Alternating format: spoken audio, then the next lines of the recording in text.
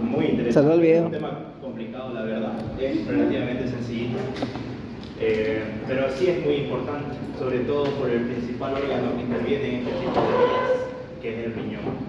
Ya el riñón, a partir de acá para adelante, siempre le van a preguntar todo sobre él, principalmente sus funciones. Ya hoy más o menos quiero darles así una pauta general de la importancia que tiene este riñón, pero obviamente enfocándonos siempre principalmente en la anatomía. Ok, entonces fíjense, cuando nosotros hablamos de vía urinaria, vamos a hablar de un conjunto de órganos, y entre esos órganos todo va a iniciar acá, en el riñón. Del riñón, chicos, fíjense, salen unos conductitos delgados, que son estos que estoy señalando, que son los uréteres, ¿ya? Y los uréteres a su vez se conectan con este globito, que es la vejiga. La vejiga no es más que entonces un órgano para almacenar la orina que se produce en el riñón, y los uréteres simplemente tienen la función de transportar la orina desde el riñón hacia la vejiga. ¿Y dónde terminan nuestras vías urinarias? Acá, en este órgano impar y medial, que es la uretra, que tiene su diferencia, tanto en el sexo masculino como en el sexo femenino. Bien, entonces fíjense, hablando un poquito sobre el riñón, lo interesante de esto es que si nosotros medimos en longitud al riñón, mide 12 centímetros, en anchura la mitad de 12, 6 centímetros, y en grosor, o sea, si lo mirábamos de un lateral, mediría la mitad de la anchura, que son 3 centímetros. Esto igual es importante que lo tengan en cuenta. ¿De dónde a dónde se está extendiendo el riñón? Desde aproximadamente la vértebra T12 hacia la L3. Recuerden que cuando estamos hablando del riñón, nos estamos refiriendo a un órgano retroperitoneal que está ubicado en la fosa lumbar, al ladito de la columna vertebral. Ya los dos. Ahora, hay una característica, y acá ustedes lo pueden observar. El riñón del lado derecho, que esté de acá, ¿es más superior o inferior que este? Inferior. Es más inferior, ¿por qué? Debido a que se encuentra el hígado. Al estómago. El hígado. Eso, gracias. Debido al hígado. La presencia del hígado hace que ese riñón descienda un poquito. Y acá hay otro dato curioso, si ustedes quieren. ¿Qué fue? Nada, que por la embriogénesis el riñón derecho está más abajo también. Sí. No importa mucho la embriogénesis en este caso, digamos. Lo que quería decir es de acuerdo, es que a ver, cada riñón aproximadamente pesa entre unos 230 170 gramos. Ya son livianitos. Pero fíjense que uno que otro pesa más debido a la cercanía que tiene la arteria renal. ¿Ya cuál es más cortita? ¿La arteria renal del lado izquierdo o la arteria renal del lado derecho? El derecho es más corta. La izquierda es más corta. La izquierda es más corta. Recuerden que la aorta abdominal, chicos, tiende a orientarse más hacia la izquierda, mientras que la vena cava más hacia la derecha. Entonces, lo contrario sucede junto con las venas, ¿no? La vena renal del lado derecho es más cortita, mientras que la vena renal del lado izquierdo es más larga. Entonces, debido a que recibe un poquito más de sangre, porque le llega más rápido, es que el riñón izquierdo pesa un poco más. Pero simplemente es un dato a tenerlo en cuenta. A ver, si estudiamos la anatomía netamente, los riñones, lo vamos a dividir de esta manera. Vamos a decir que arriba de esto que estoy señalando acá amarillo, ¿ya? Corresponde a los polos, chicos. Tenemos dos tipos de polos. Unos polos que están por arriba, que se llaman polo superior, y dos polos que están por abajo, que son los polos inferiores. Asimismo, dependiendo cómo veamos el riñón, vamos a tener una cara anterior y una cara posterior, ¿ya? Y por último tenemos dos bordes. Un borde que mira para afuera, que es el borde lateral, y un borde que mira para adentro, que es el borde medial. Este borde medial es el que más me interesa a mí, porque si se dan cuenta justamente en la parte media, tiene una concavidad, ¿no? Y esa concavidad, si nosotros la exploramos desde una vista lateral, nos vamos a dar cuenta que nos introduce al seno renal. Ya vamos a saber qué es el seno renal un poquito más adelante, pero de momento quiero que sepan que el seno renal, chicos, es el lugar por donde está entrando el pedículo renal. ¿Ya se acuerdan qué es un pedículo? De repente.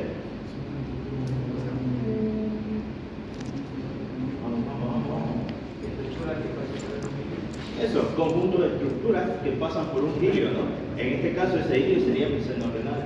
Y a ver, una que sí o sí van a preguntar para su segundo parcial. ¿Cómo está conformado el pedículo hepático, chicos? Vena porta hepática, arteria hepática propia y más allá de ese, el colédoco, muy bien. Ese es el pedículo hepático. Y ahora, el pedículo renal, en orden de anterior a posterior de cómo se están introduciendo las estructuras, son vena renal, arteria renal y por último la pelvis renal, chicos. Ya en ese orden. Así lo vamos a encontrar en el cuerpo humano normalmente. Ese es el pedículo renal que se está introduciendo por el seno renal. Ahora, ¿Ven arteria y qué más? vena, arteria y pelvis renal. Acá se nota mejor la pelvis. Y bueno, se nota igual la disposición, ¿no? Fíjense, acá tenemos dos imágenes.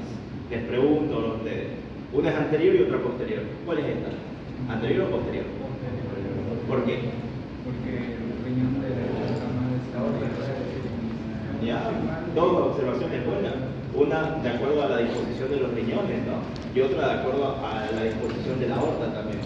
Fíjense que esta imagen de acá es una anterior, porque la aorta está hacia el lado izquierdo y la vena cava inferior hacia el lado derecho. Y la misma disposición que decíamos antes, el riñón del lado derecho tiende a irse más hacia abajo que el del lado izquierdo, justamente por la relación que tiene con el hígado. Entonces, fíjense que esta imagen es bonita para saber todas las relaciones que tiene mi riñón, tanto en el lado anterior como en el lado posterior. Bien, entonces describámoslas rápido. A ver, para los dos riñones, acá arribita, esto que está amarillo, simplemente va a corresponder a la glándula suprarrenal. Ya recuerden que este sombrerito que tiene acá el riñón, que está por arriba en su polo superior, corresponde a la glándula suprarrenal. Es una glándula importante, la van a estudiar solamente en sistema endocrino y en histología, si es que no la estudiaron ya, pero ya la van a ver. Bien, ahora, vayámonos primero al riñón del lado derecho. Todo esto que está de verde, chicos, corresponde a la relación que tiene con el hígado.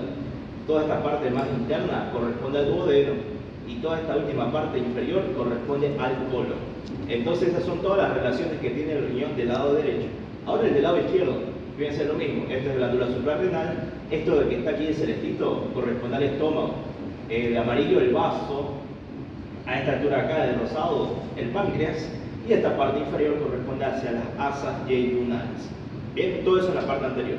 Ahora, la parte posterior, ¿qué me llama la atención de acá? Primero que nada, que fíjense, estas líneas que estoy marcando ahora hacen referencia a las costillas.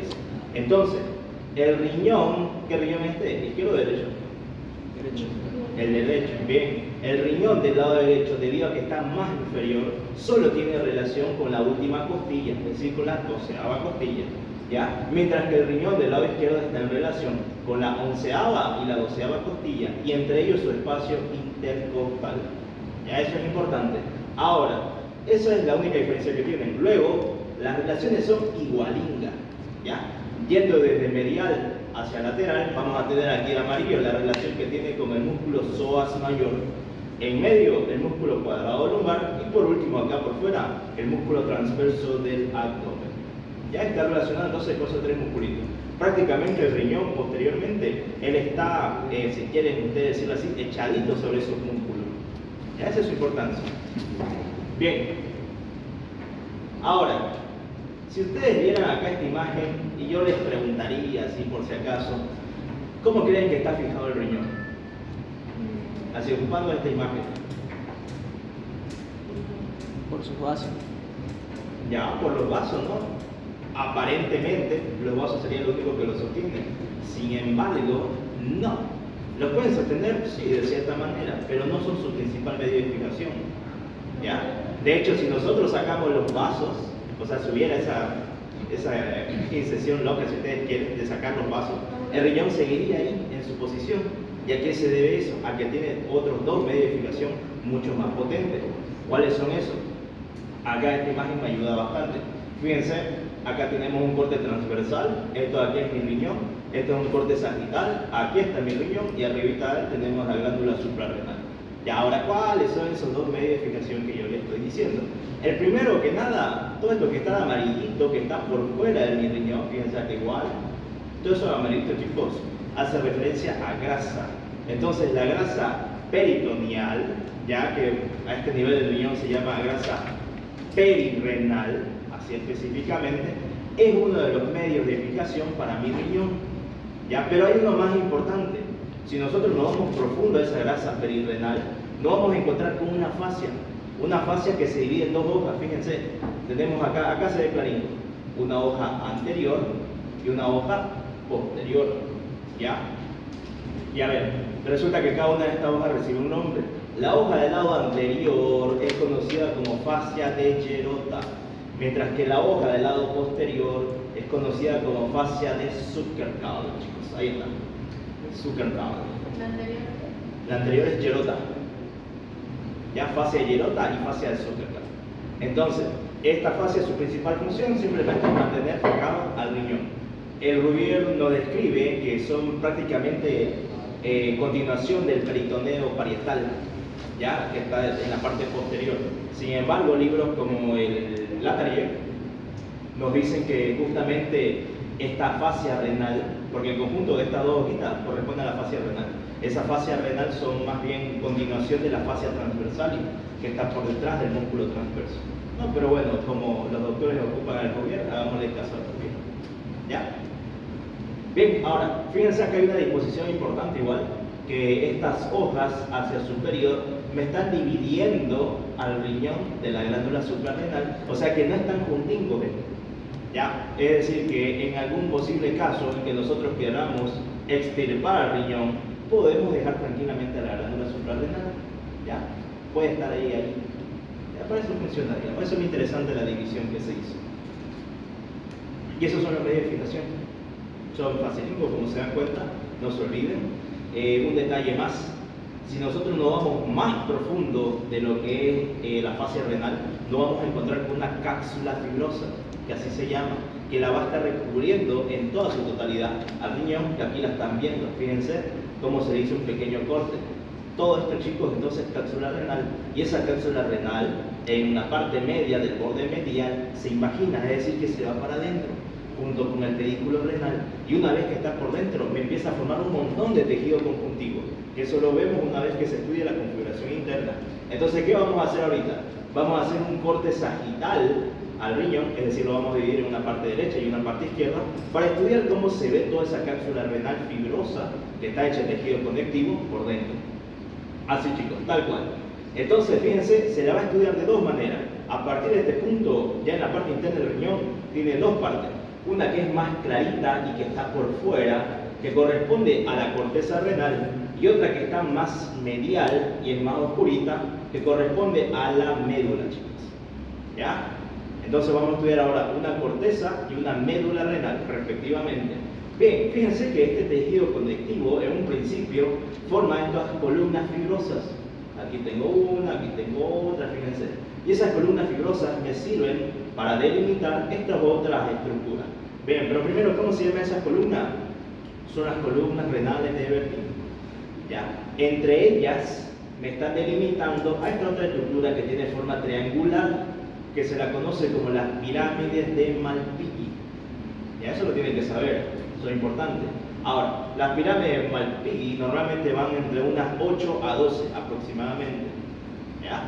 Es igual, es interesante. Fíjense que estas pirámides de Malpighi, ¿cuál es su disposición? Su base es posterior, mientras que su vértice es anterior, y en su vértice vamos a encontrar lo que se conoce como la papila renal.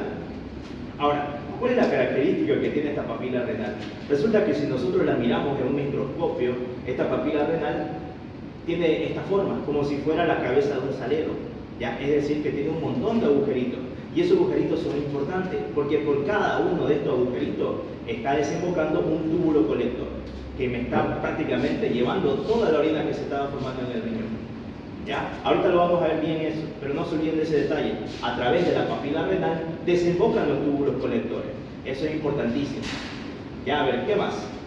Fíjense que esa papila renal, una vez que se está vertiendo el contenido de los túbulos colectores, lo pasa hacia un saquito que prácticamente lo está envolviendo a la papila. Se lo conoce como el cáliz menor, chicos. ¿Ya? Y luego el cáliz menor se lo pasa al cáliz mayor, y ahorita lo vamos a ver eso. Pero de momento, no se olviden esa disposición. Teníamos entonces que las pirámides forman parte de la médula. Ya, no se olviden eso. Pirámides o médula. Las pirámides en su vértice terminan en papila, y las papilas a su vez es el lugar donde desembocan los túbulos colectores. A través de esos túbulos colectores sale toda la orina. ¿Hacia dónde? Hacia los cálices menores. ¿Ya? De momento hasta ahí sí o sí tienen que saber. Bien, ahora un detalle más antes de ingresar a toda esta parte. Fíjense que en este lugar donde hay corteza y médula, ya hay como un cambio tipo de color, si ustedes quieren decirlo así. Ya ese cambio de transición de corteza a médula se lo conocen como los rayos medulares. ¿Ya? Y un rayo medular, chicos, va a estar compuesto prácticamente por dos cosas: por vasos sanguíneos y por túbulos colectores. ¿Ya? A ver, un detalle, un último detalle.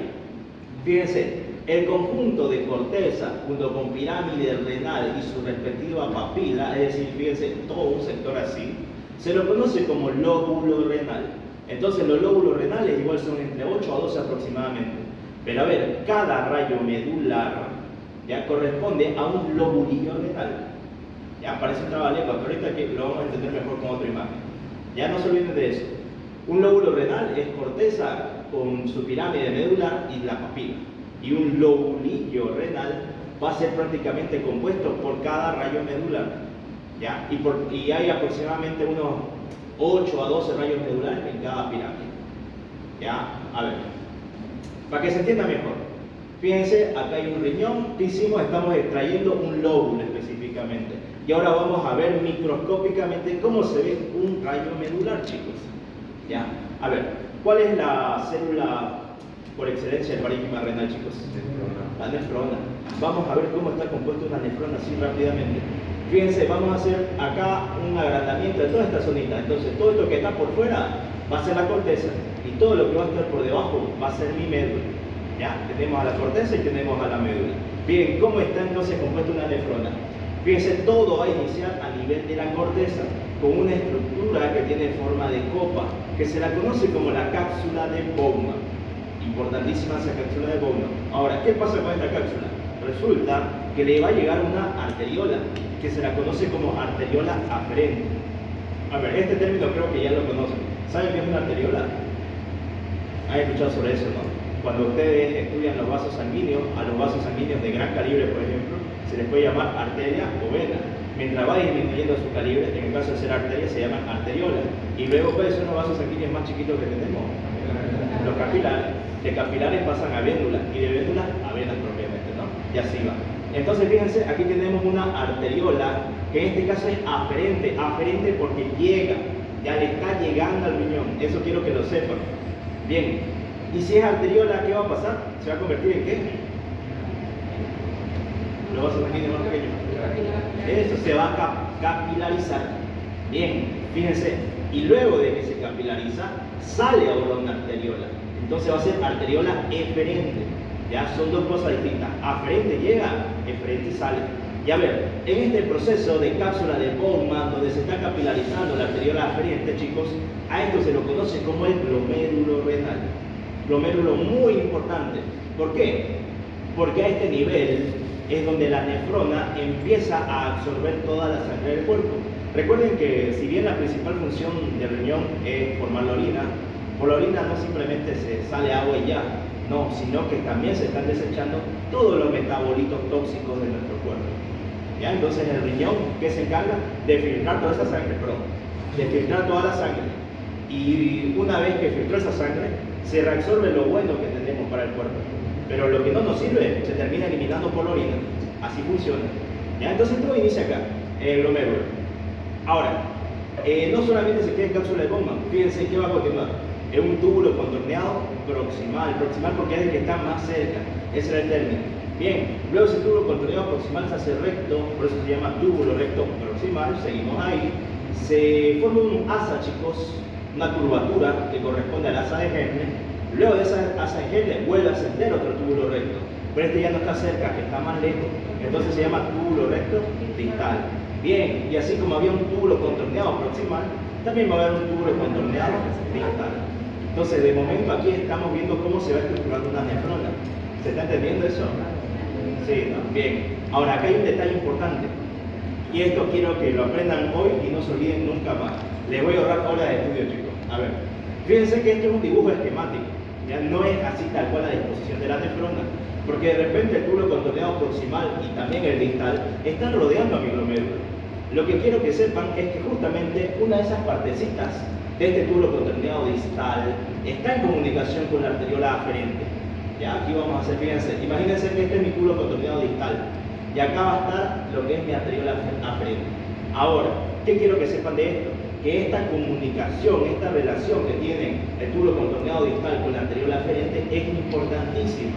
¿Ya? ¿Por qué? Porque a esa altura se encuentra una estructura en mi tubo contorneado distal conocida como la mácula densa. ¿Ya?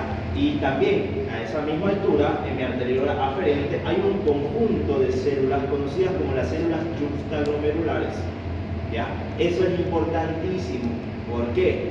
Porque resulta que cuando, por ejemplo, tenemos una situación en la cual hay una presión baja de sangre en el cuerpo, la mácula densa lo detecta y le dice, oye, células juxtaglomerulares, ¿qué está pasando en mi cuerpo? Está muy baja la sangre, activate.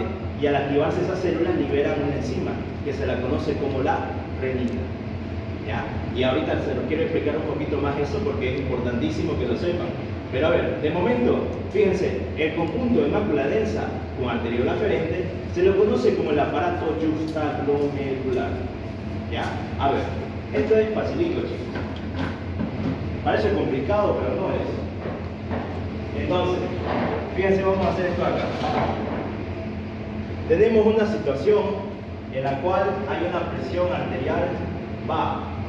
¿Ya? ¿Qué es la presión arterial? O sea, ¿qué concepto tienen ustedes? Eso, la fuerza que ejerce la sangre sobre las paredes de las arterias. En este caso, está baja mi presión arterial. ¿Será eso bueno? No, no es posible. Bien, entonces, ¿qué quiero que sepan? Que el primer órgano que se resiente al sentir que le está llegando menos sangre es el riñón. ¿Ya? Entonces, ¿qué hace el riñón? A través de la mácula densa, le dice a la arteriola aferente, bueno, más específicamente a las células juxtaglomerulares, que empiecen a liberar renina. ¿Ya? Entonces, fíjense, digamos que esta es mi célula juxtaglomerular. Ella me va a empezar a liberar renina. Voy a anotar acá. La renina, chicos, ya es una hormona que va a actuar sobre otra enzima, una enzima inactiva. Esa enzima es producida por el hígado. Voy a hacer acá un hígado, ¿ya? Y él produce una enzima. Vamos a hacer así. Esta enzima de acá se la conoce como el angiotensinógeno. ¿Ya? Eso es importante. Vamos a ponerle nombre. Angiotensinógeno. Entonces, fíjense, ¿qué pasó acá? La célula juxtaglomerular secretó la renina. ¿Hacia dónde la secretó? Hacia la sangre. Entonces, ahorita está en un vaso sanguíneo. Ella está viajando, hasta que se encuentra con el angiotensinógeno, que es secretado por el hígado. ¿Ya? Una vez que se juntan la renina con el angiotensinógeno, esta enzima, que era inactiva, ahora se vuelve activa y se transforma en lo que se conoce como, voy a hacer acá, como la angiotensina 1.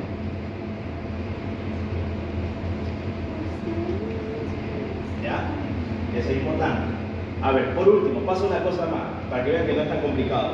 Esa angiotensina 1 ya está activa, pero así como angiotensina 1 no me sirve todavía, se tiene que transformar, porque resulta que todo ese sistema que se está activando a partir de ese proceso de presión arterial baja, se lo conoce como sistema renina-angiotensina-aldosterona, ¿ya? O abreviado sería SRAA.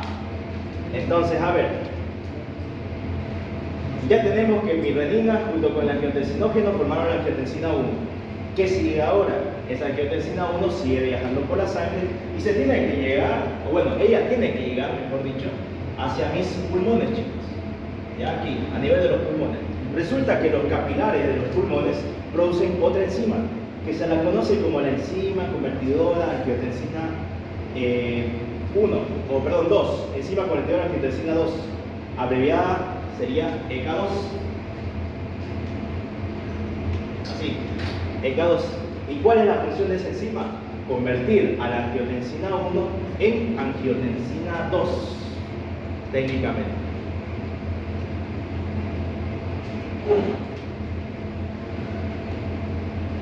Ya, esto no se lo pueden olvidar nunca.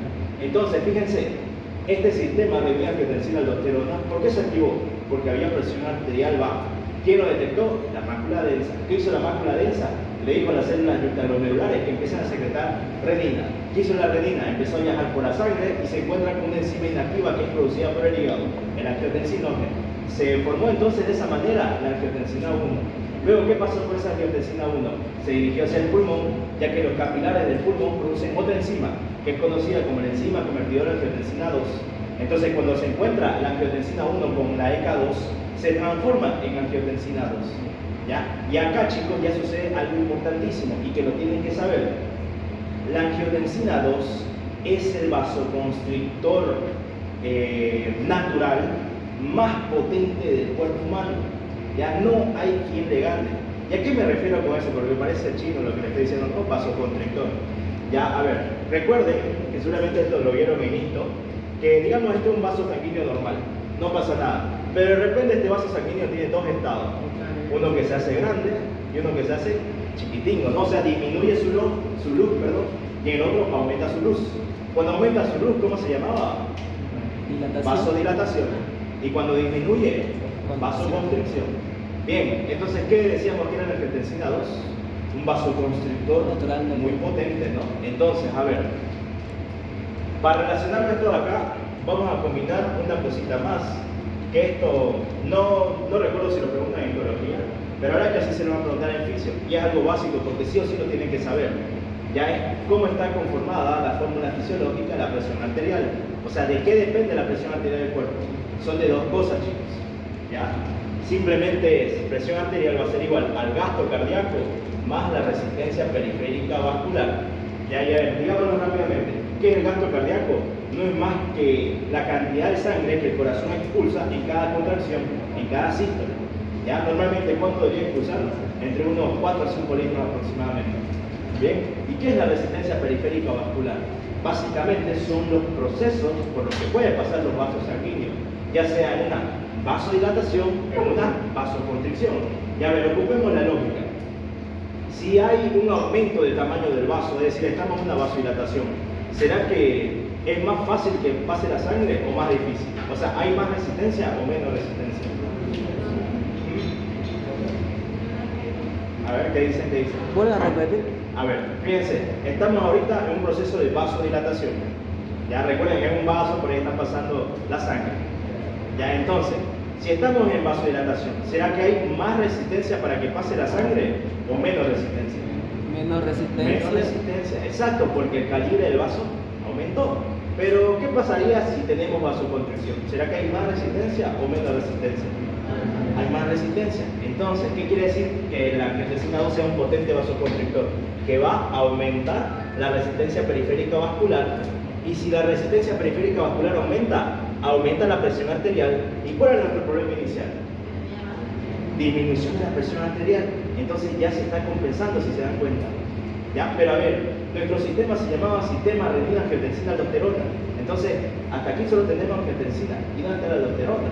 Ahí viene el detalle. La angiotensina 2 no solamente hace vasoconstricción, sino que ella también va a actuar, ¿ya?, en el sombrerito del riñón. Fíjense, este va a ser mi riñón, y acá tenía su sombrerito, ¿no?, que es la glándula suprarrenal. Y la glándula suprarrenal, chicos, si ustedes la estudian internamente, va a contar con dos partes, igualitas al riñón. Va a contar con una parte que es más externa, que es todo esto negrito, que se lo llama la corteza, y una parte más interna que se le corresponde a la médula. ¿Ya? Y ahora, la disposición es que la corteza a su vez se divide en otras tres partes, digámoslo así. Ya, esto se lo voy a explicar rápido porque es más histología, no me interesa mucho acá, simplemente quiero que lo tomen en cuenta. La parte más externa, chicos, secreta mineralocorticoides. ¿Y cuál es ese mineralocorticoide que me interesa? La aldosterona. ¿Ya? La parte del medio secreta glucocorticoides. Y el principal glucocorticoide que se secreta es el cortisol. Lo van a escuchar como la hormona del estrés, esa de repente. ¿Ya? Y la parte más interna de todas secreta andrógenos, que son hormonas sexuales masculinas. Sin embargo, nunca va a suplir a la función del testículo, ¿no? Ese por excelencia secreta ese tipo de hormonas. Y la parte más interna, es decir, ahora la médula propiamente, esa secreta catecolaminas. Y entre esas catecolaminas tenemos la adrenalina y noradrenalina. Ya parece un poquito complicado, pero es más o menos para que me entiendan. Entonces, ¿qué hizo la angiotensina 2? Primero hizo vasoconstricción. Ya, hasta ahí no hay duda de nada. Pero ¿qué más va a hacer? Ella va a venir y va a actuar sobre la parte más externa de la corteza, es decir, en su primer capita. Y si actúa sobre su primer capita, ¿qué creen que se va a liberar? Aldosterona, exacto. Y ahí se está cumpliendo nuestro sistema. Sistema, renina, angiotensina, aldosterona. Y ahora aquí está la gran pregunta, ¿qué hace la aldosterona? Fíjense que es fácil. Volvamos acá a ese esquema de los riñones. Fíjense, ubiquen donde dice túbulo contorneado distal. Ahí chicos, es donde esta aldosterona va a ir a actuar. Pero ¿qué hace exactamente? Permite la reabsorción de sodio. ¿Ya? Y a ver, esto igual relaciónenlo así siempre, a partir de ahora. Si el sodio se reabsorbe, el agua también, porque hacia donde va el sodio, el agua lo sigue, son como amantes. Ya uno no puede vivir sin el otro. Bueno, el sodio no le importa el agua, ¿no? Pero el agua siempre está detrás de él, es como si fuera alguien arrastrado, digamos, ¿no? Si ustedes quieren decirlo así. ¿Ya? Entonces relaciónenlo así. Si se reabsorbe sodio, se reabsorbe agua. Si se reabsorbe agua, aumenta el volumen sanguíneo. Si aumenta el volumen sanguíneo, chicos, aumenta el gasto cardíaco. ¿Ya? Y si aumenta el gasto cardíaco, va a seguir aumentando la presión arterial. Y ven cómo de esa manera el cuerpo regula esa deficiencia de presión arterial que hubo en un principio. Así funciona. ¿Ya? ¿Se entendió? ¿Sí? ¿No? En la parte de la corteza, ¿Ya? la corteza reflexionando sobre la mineralocorticoide, la glucocorticoide y cuál era la otra. Los andrógenos es la última parte de la corteza. Y luego la médula son las catecolaminas. De la médula de la corteza. La médula es que la glándula suprarrenal se divide en corteza y médula. La corteza a su vez se subdivide en tres partes. Así funciona. Ya chicos, entonces, si me entendieron, belleza, les va a servir bastante. Ya, parece facilito, pero no es tan fácil como creen. Al año lo vemos. Les acabo de dar horas de estudio, si le entendieron. La eritropoyetina en este caso no. Es interesante lo que él menciona, porque por ejemplo, ¿qué hace la eritropoyetina, saben? Ya, eso, bien, a ver, fíjense que en esta situación no se crearía más eritropoyetina. ¿Por qué? Porque el problema que hay acá es disminución de la presión arterial. No hay disminución de células sanguíneas como tal. ¿En qué situaciones se produciría la eritropoyetina, por ejemplo? ¿Ya? Sí, bien, pero a ver, vayamos, es que hay causas fisiológicas y patológicas. Vayamos a una facilita, una causa fisiológica así rápida. Digamos que ustedes viajan, qué sé yo, de aquí a 3 días a La Paz. En La Paz, ¿cuál es su característica? Que hay más altura, ¿no? Hay más demanda de oxígeno. Entonces, como nuestros pulmones están acostumbrados a respirar el oxígeno aquí de Santa Cruz, no están preparados para esa altura de La Paz. Entonces, ¿qué hace el cuerpo? Dice, pucha, tenemos menos oxígeno. ¿Qué va a pasar? Ahí es cuando, a través de receptores, de sensores, si ustedes quieren, el cuerpo le avisa al riñón y le dice al riñón, oye, producir eritropoyetina. ¿Para qué? Para que luego esa eritropoyetina vaya hacia la médula ósea y se empiezan a producir más glóbulos rojos. Y si se produce más glóbulos rojos, hay más hemoglobina. Y si hay más hemoglobina, hay más intercambio gaseoso, chicos. ¿Ya? De esa manera entonces aumenta el nivel de oxígeno y se va equilibrando también. Así funciona. En este caso, fíjate que no sería. Bien.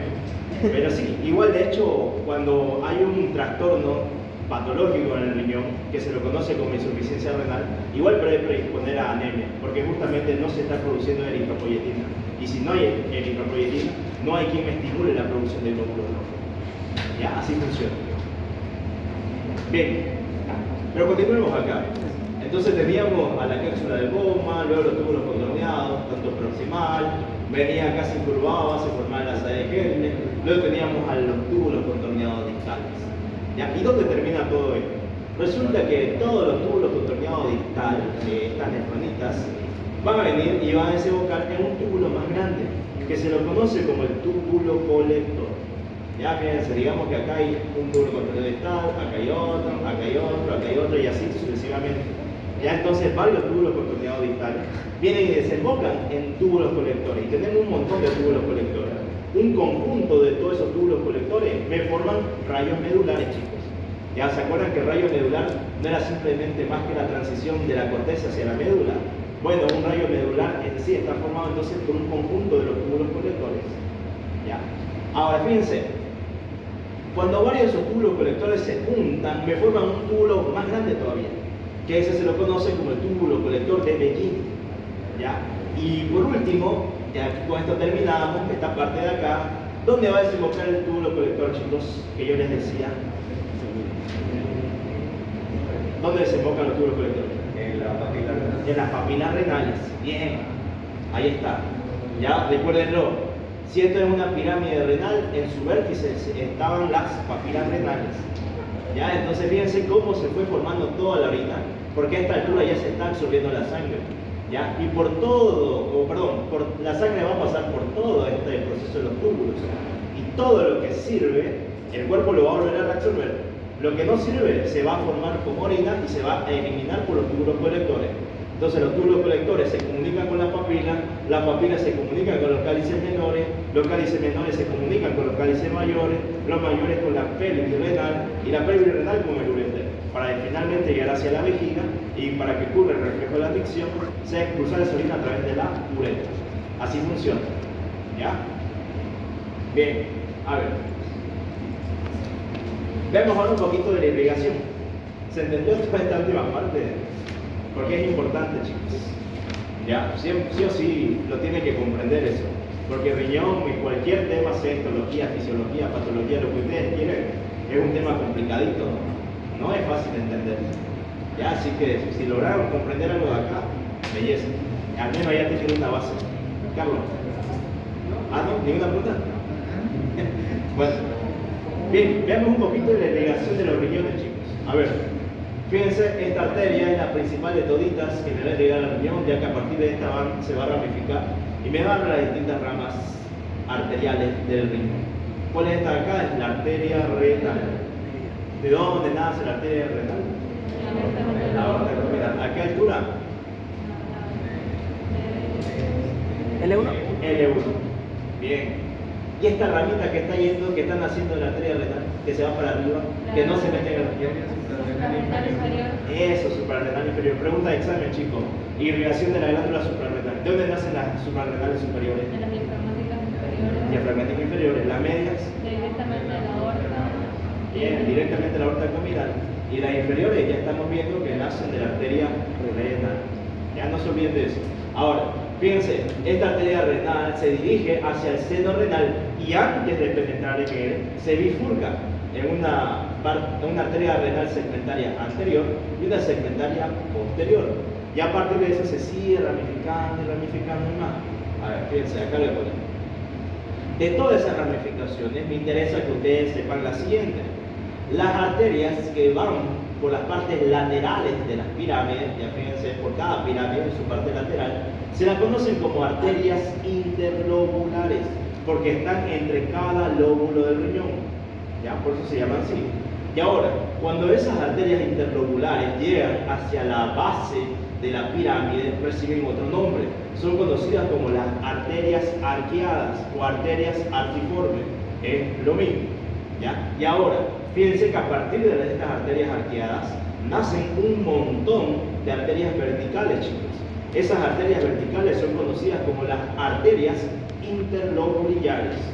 ¿Ya? Pero a ver, combinemos todo eso con lo que aprendimos antes. ¿Se acuerdan que yo les decía que la nefrona acá iniciaba con una arteriola aferente? ¿Pero de dónde sale esta arteriola aferente? Esa es la pregunta. Ahora acá va a cobrar sentido. Fíjense, acá entre la transición que hay entre médula y corteza, tenemos a mi arteria arqueada. ¿Qué decíamos de la arteria arqueada? Que de ella nacían un montón, dense cuenta, de arterias verticales. Esa es mi arteria interlobular. Ahora, de esa arteria interlobular se ramifica igual en un montón de ramitas. Y todas esas ramitas comprenden, de ahí es que están naciendo mis arteriolas aferentes. ¿Ya? ¿Se entiende entonces cómo llegamos ahora ahí? ¿Ven? Ahí está la arteriola aferente, luego ya sabemos qué pasa, se capilariza, se transforma en arteriola eferente. Y esta arteriola eferente, ¿ahora qué va a hacer? Se va a dirigir hacia el túbulo contorneado proximal, hacia el túbulo contorneado distal, le va a estar prestando irrigación, mas no solo se queda ahí, de ellas nacen unos vasos que justamente por su forma se los conoce como vasos rectos, ¿ya? Que me van a estar irrigando los túbulos contorneados, los túbulos proximal y distal rectos propiamente. Y de igual manera a la asa de Henle. Y ahí es cuando termina la irrigación del riñón. Ya, esa es toda su irrigación, yendo desde lo más macroscópico hasta lo más microscópico. Y el drenaje venoso, chicos, es tal cual, lo mismo, solo que va desde atrás hacia adelante. Ya así funcionan las venas. Bien, ¿cuál es una cosa que no se puede olvidar de venas? Sí, esto acá. Fíjense, aquí tenemos la vena cava inferior. Y bueno, ya sabemos que las dos venas renales vienen y drenan la vena cava inferior, ¿no? Pero hay un detalle que lo suelen preguntar los doctores y es que fíjense, acá en la vena renal del lado izquierdo le está llegando una pequeña vena igual, que es una vena importante. Es la vena gonadal izquierda, chicos. La vena gonadal izquierda entonces no desemboca directamente en la vena cava inferior como lo hace la vena gonadal del lado derecho. Es así, directamente se va a la vena cava inferior. Pero la vena gonadal izquierda primero pasa hacia la vena renal y luego recién llega a la vena cava inferior. Ya esa disposición la tienen que saber, la suelen preguntar. Bien. Lo mismo es con la vena suprarrenal del lado izquierdo, ¿no? Sí. Desemboca en la renal. ¿O vos te referís de dónde están haciendo? No, lo que pasa con la gonadal pasa lo mismo con la suprarrenal. Derecha. No, del lado izquierdo sería. Desemboca en la renal, ¿no? Sí. Ahí. Directo se va a la renal. La verdad derecha o La renal derecha. La gonadal derecha directo en la vena cava inferior. Ajá, por eso hay esa disposición. Por eso lo preguntan, digamos. No sé por qué le gustaría preguntar eso. Ahora veamos los conductos excretores. Ya sabemos cómo se forma la orina, ya sabemos qué tipo de sistema se puede activar y demás cosas. ¿Dónde nos quedamos entonces en ese punto? Que teníamos que los túbulos colectores llegaban hacia las papilas renales y las papilas renales iban a vertir su contenido acá, chicos. En esta cosita, esta acá, esta otra, que son los cálices menores. Ahora, estos cálices menores, ¿qué van a hacer? Se van a juntar entre ellos aproximadamente unos 3 a 4 o entre 2 a 4 y me forman un cáliz mayor. ¿Ya? Entonces fíjense, tenemos por lo general un cáliz mayor superior, un cáliz mayor medio y un cáliz mayor inferior. ¿Pueden haber más cálices mayores? Sí, puede haber entre 4 aproximadamente a 5 inclusive, dependiendo cuántos cálices menores hay. Pero por lo general la disposición que se maneja es que haya uno superior, uno medio y uno inferior. Luego esos cálices mayores siguen transportando la orina y entre ellos se juntan y me forman esta estructura que están viendo acá, que tiene forma de embudo, ya con su base superior y su vértice inferior. Entonces esta estructura con forma de embudo se la conoce como la pelvis renal, ¿ya? Y luego la pelvis renal ya pasa a un conducto mucho más delgado, fibromuscular, que es el uréter. Bien, y ven, así termina toda esta parte del riñón. Si se dan cuenta, no es tan complicadita. ¿Pedículo qué se llamaba eso? Pedículo renal, conformado, acá se ve bien bonito, de anterior a posterior, vena renal, arteria renal y pelvis renal. No se olviden de eso. ¿No es el uréter, pero? ¿No es el uréter? No, la uretra está abajo. No, el uréter, el uréter. No, el uréter tampoco, está abajo. La curvatura, entonces. Ahí está la pelvis renal, fíjense el dibujo más bonito. Bueno, ahí está el ureter, ahí está el pedículo renal, en su disposición para que no se pierda. ¿Dudas, preguntas sobre el riñón, chicos? Nada. Y se entendió todo. Yo iba a preguntar para su examen entonces.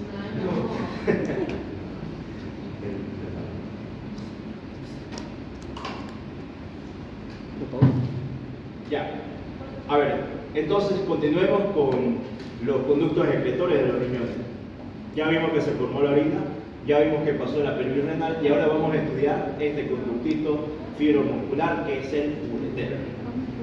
Bien, los uréteres, chicos, no son tan complicados.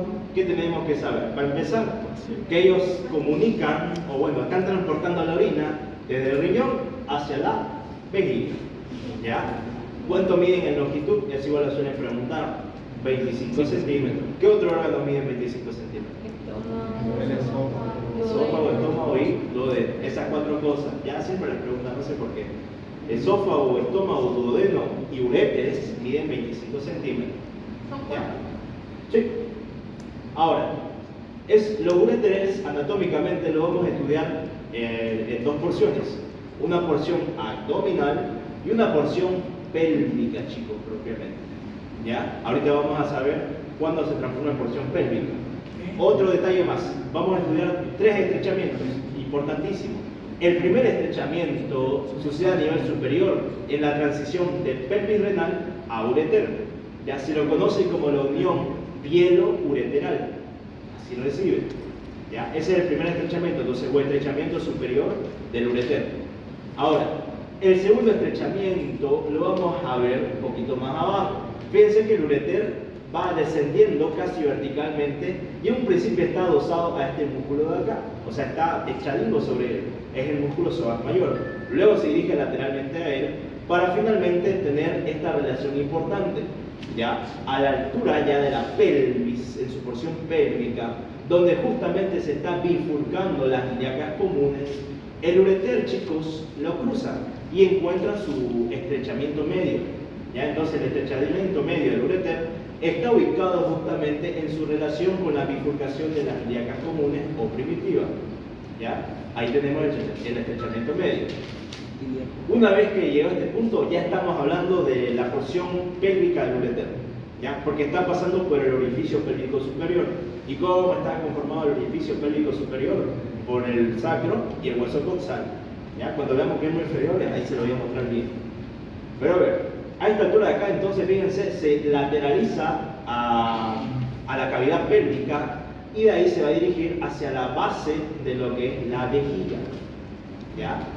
Entonces acá, fíjense, tenemos otro esquema, simplemente que este está más en limpio, por así decirlo. Cómo tiene esta relación importante. Igual, justamente, donde se está bifurcando ahí a esa altura, es que el ureter está pasando. Bien, y a ver, cuando el ureter, chicos, llega hacia la base de la vejiga, es donde se encuentra su tercer estrechamiento, el estrechamiento inferior. Se lo conoce como la unión vesico-ureteral. Ya, esa es importante. Bien, a ver. Ahora, estas imágenes las puse para que vean dos relaciones importantes igual, que difieren en el sexo masculino y de igual manera en el sexo femenino. A ver, fíjense, acá, sigámoslo, este conductito. Todo esto que estoy señalando acá, chicos, es un conducto por el cual se transporta se me fue el semen, ¿ya? Por ese conductito. Ahora fíjense, esta parte de la base de la vejiga, esta es mi vejiga, acá atrás tenemos su base. Ese conducto, ¿ya? Se va a estar relacionando a esta altura de acá con el ureter. Es decir, que el ureter, antes de llegar a la impactación de la base de la vejiga, pasa superior al conducto deferente. Así se llama. Ya, eso es importante. Ahorita vamos a ver un poquito más del conducto deferente. Pero de momento no se olviden de esa relación importante. Ahora, en la mujer, chicos, la mujer no tiene conducto deferente, obviamente, ¿no? Pero a ver, tiene otra relación. En la mujer, justamente igual, a la misma altura, cuando el ureter está pasando hacia la parte de la base de la vejiga, ¿ya? Se cruza con una arteria que se ve mejor en este dibujo de acá. Ya, fíjense esta arteria que está acá. Esa es la arteria uterina. Está naciendo la arteria ilíaca interna. ¿Ya? Y hay un entrecruzamiento. Esta acá, fíjense. Este es el ureter y esta acá es la arteria uterina. Fíjense cómo la está cruzando. Luego esa arteria uterina se va por toda el lateral del útero de la mujer. De ahí, bueno, es un punto quirúrgico importante que ahorita no es importante que ustedes lo vayan aprendiendo, ¿no? Pero esas relaciones sí las tienen que tener en cuenta. Ahora, fijémonos que ya terminamos el ureter. Si se dan cuenta, no fue tan complicado. Vayamos al órgano donde se enfoca, que es la vejiga. La vejiga, chicos, se la puede estudiar de dos formas. Cuando está la vejiga vacía y cuando esta está distendida, es decir, cuando está llena de orina. Ya, pero es más facilita estudiarla por su morfología cuando está vacía, como es el caso de acá. Fíjense que la vejiga entonces vacía tiene forma de una pirámide también, un vértice anterior y una base posterior, ¿ya? Y tiene dos, bueno, en realidad tiene tres caras. Una cara superior, que es la que estoy señalando acá, y dos caras inferolaterales, ¿ya? Esas dos caras inferolaterales, que acá tenemos una, y bueno, del otro lado estaría la otra, descansan sobre un diafragma formado por principalmente los músculos elevadores del ano, que se lo conoce como el diafragma pélvico. Ya está descansando ahí. Creo que tengo una imagen, a ver, acá está.